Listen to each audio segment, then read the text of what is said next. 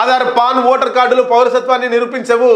ఇక్కడ దరిద్రం ఏంటంటే ఎన్నికల కమిషన్ జారీ చేసినటువంటి ఎన్నికల గుర్తింపు కార్డు అది చెల్లదట. ఎవరు చెప్తున్నారు? మళ్ళా ఎన్నికల కమిషనే చెప్తుంది.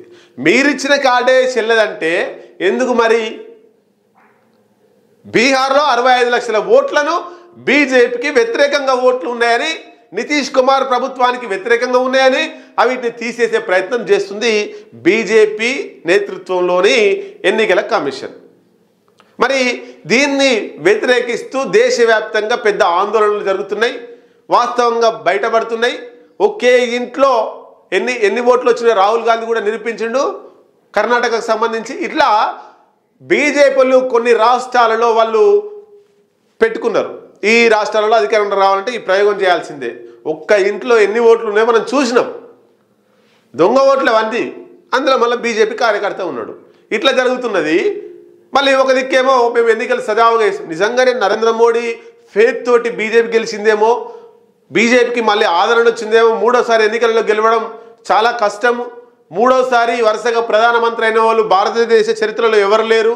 నరేంద్ర మోడీ ట్రాక్ రికార్డు బాగుంది కాబట్టి మళ్ళీ అయిండేమో నేను అనుకున్నా. కానీ గిట్ల చేసి అయ్యారని మనకు తెలియదు, గింత దొంగ వేషాలు వేసారని తెలియదు, సీటు దొంగతనంగా నరేంద్ర మోడీ ఎక్కినని తెలియదు.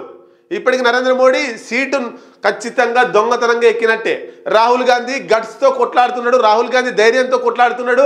రాహుల్ గాంధీ ఆటం బాంబే కాదు, ఆయన మంచి పేద ఏమంటారు అణుబాంబే వేసిండు. ఆయనకు సపోర్ట్ చేయాల్సినటువంటి పరిస్థితి దేశంలో అన్ని పార్టీలకు ఉన్నది. రేపు ఇదే కొనసాగితే బీజేపీ మిత్రపక్షాలు కూడా మిగిలవు. భారతదేశంలో ఒక బీజేపీ తప్ప ఏ పార్టీ ఉండదు, ఏ పార్టీ అధికారంలోకి రాకుండా పోతుంది. కాబట్టి బీజేపీ పక్షాలైనా, ఎన్డీఏ పక్షాలైనా, లేదా ఇండియా పక్షాలైనా ఎవరైనా రాహుల్ గాంధీ చేస్తున్నటువంటి పోరాటంలో పాల్గొనాల్సిందే. ఎందుకు అంటే ఈరోజు బీజేపీ తోటి ఉన్నాం, బీజేపీ వల్ల మాకు ఉపయోగం జరుగుతుందని చంద్రబాబు నాయుడు లేదా పవన్ కళ్యాణ్ లేదా నితీష్ కుమార్ అంటుండొచ్చు. కానీ రేపు ఈ కాంగ్రెస్ కమ్యూనిస్టులు కనుమరుగైతే ప్రధాన శత్రువు జనసేన లేదా చంద్రబాబు లేదా నితీష్ కుమార్ ఇట్లాంటి బీజేపీ పక్షాలు అయితే. కాంగ్రెస్కు ఆల్టర్నేట్గా అధికారంలోకి రావడానికి బీజేపీ మిత్రపక్షాలని తీసుకుంది. కాంగ్రెసే లేకుంటే ఈ మిత్రపక్షాలే శత్రుపక్షాలు అవుతాయి. కాబట్టి జనసేన తుడుచుకపోతుంది, తెలుగుదేశం పోతుంది, నితీష్ కుమార్ ప్రభుత్వం పోతుంది, నితీష్ కుమార్ పార్టీ పోతుంది. కాబట్టి ఇప్పుడు మేము సేఫ్ జోన్లో ఉన్నామనుకునేటువంటి బీజేపీ మిత్రపక్షాలు జాగ్రత్త. రాహుల్ గాంధీ తోటి ఖచ్చితంగా చేయి కలిపి దేశవ్యాప్తంగా ఆందోళన చేయాల్సిన అవసరం ఉంది. ప్రాంతీయ పార్టీలు, జాతీయ పార్టీలు అన్ని కలిసి పోరాటం చేయాల్సిన అవసరం ఉన్నది దేశవ్యాప్తంగా. ముఖ్యంగా తెలంగాణ రాష్ట్రంలో కూడా డౌట్ ఉంది, ఆంధ్రప్రదేశ్ రాష్ట్రంలో కూడా డౌట్ ఉంది. వాళ్ళు ఆంధ్రప్రదేశ్లో ఎట్లా అధికారంలోకి వచ్చిర్రు, తెలంగాణలో 8 మంది ఎంపీలు ఎట్లా గెలిచిర్రు, ఇక్కడ కూడా ఏమన్నా ఇట్లాంటివి జరిగినాయా అని విచారణ చేయాల్సిందే. దీని మీద బీఆర్ఎస్ పార్టీ పోరాడాల్సిందే.